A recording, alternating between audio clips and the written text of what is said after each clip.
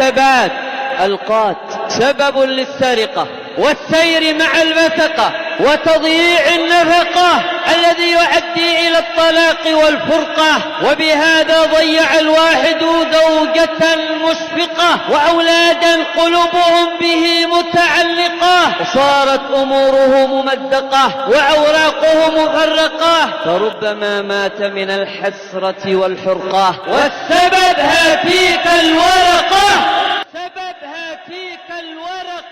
التي كان الأولى بها أن تكون محرقة. القات سبب لإضاعة المال الذي سيكون عنه السؤال في يوم شديد الأهوال وفيه إهمال لحق الأهل والعيال، ويعكر البال ويسوء معه الحال والمعال، مما يؤدي إلى الجدال والانفصال. وبهذا تمزق الحبال وتقطع الأوصال، وهذا للشيطان أعظم مطلوب ومنال.